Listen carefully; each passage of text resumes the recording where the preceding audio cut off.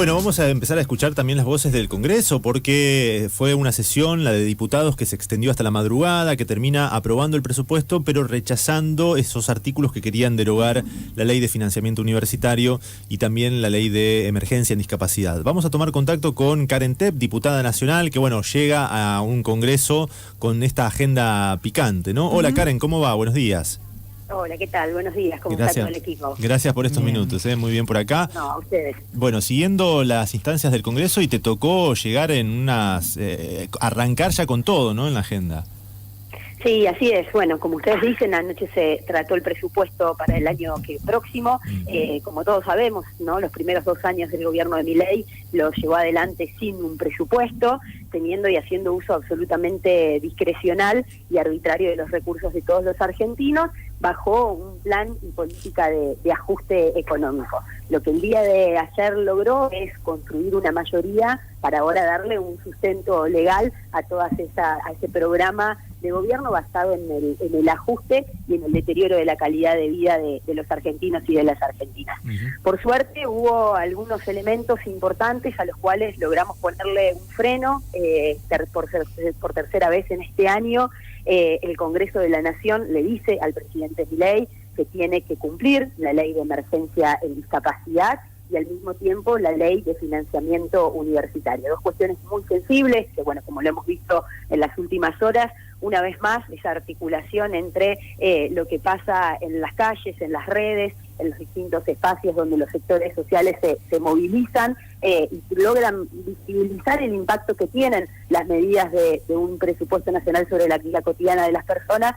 Bueno, se logró en articulación con el adentro de la institución ponerle un freno que no puedan derogar estas 2 leyes tan importantes, que Milei ya lo había intentado durante el año con el veto, que el Congreso las había ratificado y bueno, como decía, por tercera vez ya antes de finalizar el año le volvemos a mandar el mensaje al presidente que las personas con discapacidad tienen derechos y que es una urgencia y una obligación del Estado argentino poder atenderlas y acompañarlas. Bien, ¿tienen un panorama de cómo están los números en el Senado, de qué podría pasar allí?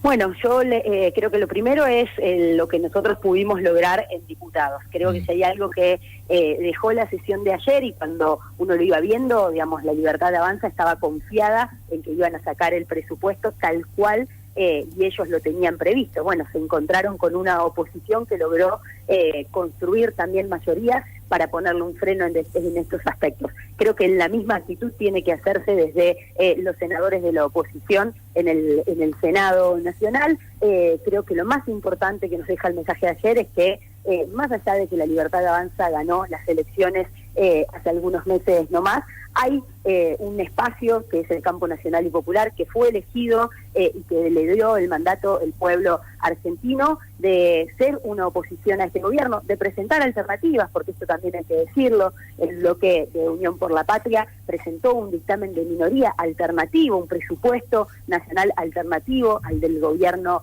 de Milei, pero más allá de esa presentación de alternativas hay que oponernos firmemente a aquellas cuestiones que afectan y van en detrimento de los sectores más vulnerables. Creo que ese mensaje también lo tiene que tomar el Senado y ver aquellos aspectos a los cuales nosotros no logramos los consensos de ponerle freno, también hacer el intento y no resignarse en el Senado. Un caso concreto es lo que tiene que ver con la eliminación de lo que es el financiamiento. Nosotros teníamos dos artículos muy sensibles en el presupuesto de ayer, el 75, que es el que se logró frenar y de alguna manera revertir, que era la ley de financiamiento para la emergencia en discapacidad y la de financiamiento universitario. Ahora en el artículo 30, que ellos logran aprobar, la verdad que hay, digamos, un retroceso muy grande que tiene que ver con la eliminación del artículo 9 de la Ley de Educación Nacional y sus modificatorias, ese artículo que hace ya muchos años decíamos con orgullo el presupuesto tenía que tener el 6% del PBI destinado, tiene que haber en educación un 6% destinado a educación. El atropello y el ataque a lo que es las escuelas técnicas nacionales en nuestro país, muchas de las cuales están en nuestra provincia, que tienen una articulación directa entre la educación y el mundo del trabajo, y otro aspecto central que es que en el artículo 30, en el presupuesto de ayer, Argentina renuncia a generar riqueza basada en el conocimiento desfinanciando todo lo que es el presupuesto para la ciencia y la tecnología en nuestro país, ¿no? Estas medidas claramente nos hablan de cuál es el modelo de sociedad y de país que tiene el gobierno nacional, que claramente no está basado en un modelo de desarrollo productivo, con agregado de valor, con desarrollo del conocimiento, de la ciencia y de la técnica, sino que por el contrario, de alguna manera, y con los proyectos que va a querer llevar adelante en las próximas legislativas extraordinarias, un proyecto de país absolutamente extractivista, que entrega y que vende los recursos naturales, pero también humanos y de capital de los argentinos a las potencias extranjeras. Claro. Eso te iba a preguntar, digamos, más allá de que se logran mantener en pie el financiamiento universitario y la ley de emergencia en discapacidad, lo que se aprueba en el presupuesto general no es un presupuesto que dé mucho aliento respecto a la obra pública o a la ayuda del reparto de fondos y demás, ¿no?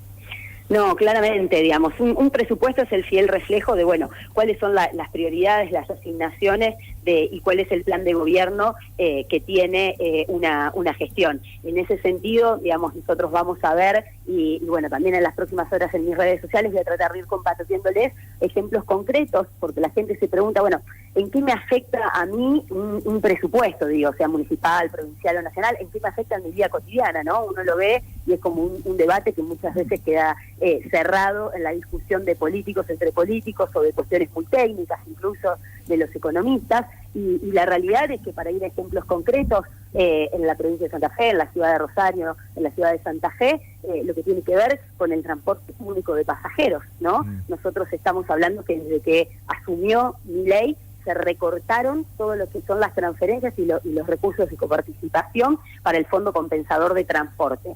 En la ciudad de Rosario, sin ir más lejos, desde que asumió Milei, tuvimos un aumento del boleto del 558%. Ningún ingreso de los rosarinos y rosarinas subió en la misma proporción. De un pasaje que en diciembre del 2023 salía a 240, estamos hoy en 1.580. Y con un consejo que vale la pena aclarar, porque vengo también de esa institución, que le vuelve a dar una prórroga al intendente para aumentar el boleto de colectivos. Bueno, la instancia para poder revertir esta situación y exigirle al gobierno nacional lo que nos corresponde, que es que el impuesto a los combustibles líquidos vuelva a nuestra provincia, que vuelva a nuestra ciudad, que incluso ha sido un reclamo en el cual el oficialismo de la ciudad y de la provincia se habían enarbolados. Bueno, en el día de ayer, sin ir más lejos, la ex gobernadora de la provincia de Santa Fe, presidenta del bloque de Provincias Unidas, se abstuvo del debate del presupuesto nacional. ¿Qué quiere decir que se abstuvo? Que no votó ni a favor ni en contra. No es capaz la representante del gobierno provincial, del oficialismo, del intendente Hatzi, de decir si este presupuesto nacional le va a ser favorable o negativo a los santafesinos y a las santafesinas. Bueno, digo, claramente el impacto que tiene el presupuesto que se aprobó en la vida cotidiana de nuestra gente es muy importante. Financiamiento para el mantenimiento de las obras viales en nuestra provincia, de lo que son las rutas nacionales, es totalmente inexistente. Las obras nacionales que se llevaban adelante están paralizadas y no aparece en el nuevo presupuesto nacional. Sin ir más lejos, hace 2 años que los accesos a la circunvalación, tanto de la ciudad de Santa Fe como de Rosario, están totalmente a oscuras. Bueno, en el presupuesto que se aprobó en el día de ayer no hay ninguna indicio de que se vuelvan a mantener y a restablecer la iluminaria pública de los accesos principales de nuestras ciudades.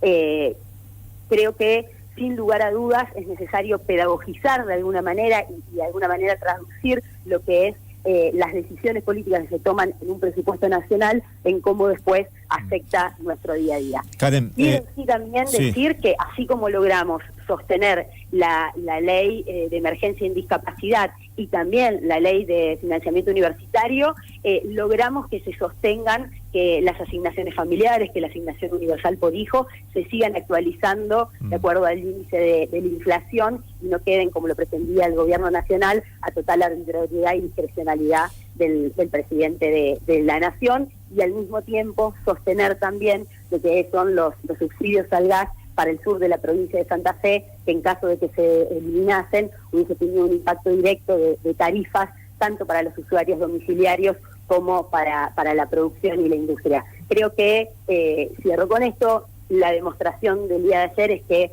no hay que resignarse, que siempre vale la pena luchar, y así lo vamos a seguir haciendo en los debates que tenemos. Bueno, uno de los que se viene es el de la reforma laboral, que también quiere apurar el gobierno. ¿Qué estrategia va a tener la oposición? Digo, ¿va a ser algo de rechazo absoluto al del gobierno de Milei o alguna actitud también propositiva con un proyecto propio?